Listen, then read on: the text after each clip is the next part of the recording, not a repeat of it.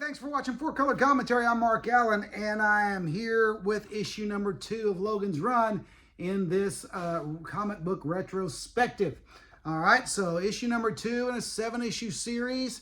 And as of issue number 2, Roy Thomas has been replaced as writer by David Anthony Kraft.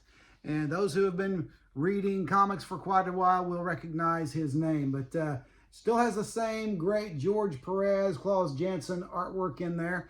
But so the tension and the action ramps up as at the end of at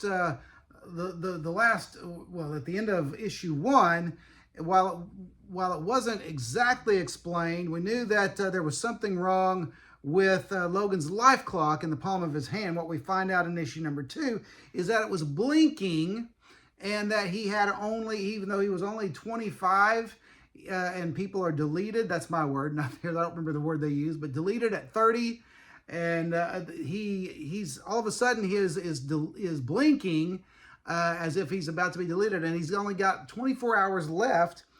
And again, it's kind of hard to follow along in just this one aspect, but he has been charged with finding the runner's sanctuary, where they go to escape the Sandmen that terminate runners, okay, that don't want to be deleted, and so they run. Well, so now Logan has to make a decision. Is he going to run, or is he going to continue on this mission to find sanctuary? And find sanctuary to destroy it, or to take sanctuary there? Well, in the midst of the story, he befriends or becomes, I don't know if befriends is the right word, but starts running with another girl who knows about sanctuary. She herself is a runner, and kind of gets involved with her friends. I won't give too much away because I know that some may want to read this, go back and read this. So I'm trying to give kind of an outline of the story without giving it all away. But as a result, you can of all of this going on, we start to get the idea that Logan's fellow Sandmen are, beginning to get suspicious of him. And by the end of the story, that's definitely true. But having here in the letters page of issue number 2, this is in issue 3 is when letters from fans actually begins. And you remember how that worked back then, the days before the internet, when they had to wait several weeks for letters for the first issue to come in. Well, this introduces Logan's letters, the letters page, and you have a really cool, some cool caricatures here of George Perez and David Kraft. And I'm going to say this is Maurice Severin artwork, Maurice Severin caricatures. But they're really cool. I love seeing stuff like that in the comics. And so, who do you think they are? I think Maurice Severin. If you have a different idea, let me know in the comments. But I'm thinking Severin. She seemed to be the one at that time who did most of the caricatures of this kind. All right.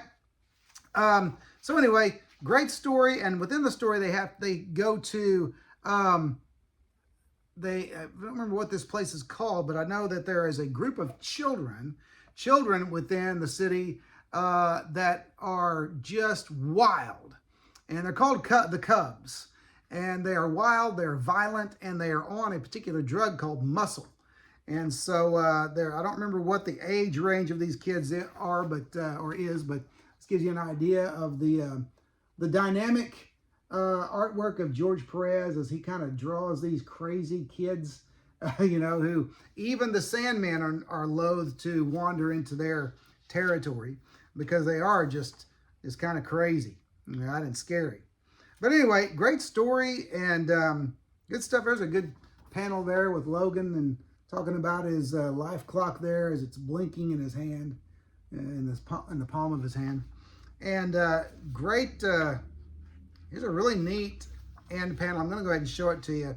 It really shows the dynamics of Perez's artwork. I'll say Perez and Janson, their artwork even early on in their careers. But here's the final panel, and this is when Logan's partner has just killed another runner, and he's becoming suspicious, all right, of Logan. So anyway, Logan's run issue number 2. Great cover there too. Just another fun Perez cover.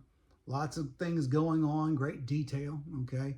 And so anyway, Logan's Run is shaping up to be a really fun book. I hope it keeps going all through issue number 7. And I certainly recommend it for those of you who have never read it before. And for those of you who have it in your collection, but it's been a while since you read it, go back and read it again. It's a great ride. If you haven't already, go ahead and like, comment, and subscribe, especially comment. We like comments here at 4Color Commentary, and that's what we really enjoy, is the interaction. But anyway, that's it for now, and thanks for watching 4Color Commentary. We'll see you next video.